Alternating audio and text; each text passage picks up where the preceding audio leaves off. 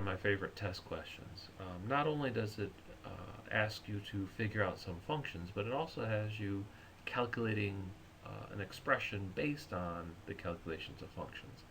To do this type of problem, the first thing you'd want to do is to isolate where your functions are. These are the values you have to figure out before you can go any further. So I need to find out what g of 2 is, and I need to find out what f of 1 is. So let's start with g of 2.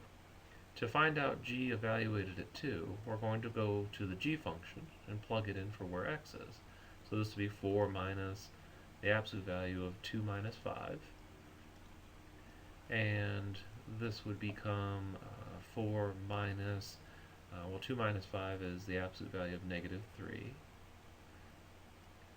And of course the absolute value of negative 3 is just 3, so this would become 4 minus 3, better known as 1. So g evaluated at 2 is just equal to 1.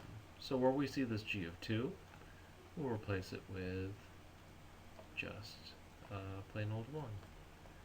Alright, and then we have to do minus 3 times, well, f of 1.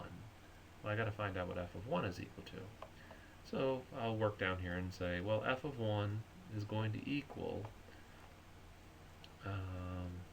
3 times that 1 squared minus 4.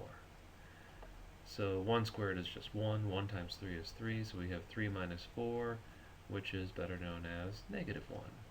So where I see f of 1, I can replace it with negative 1. So I'll put a negative 1 here. Then we can do our calculation.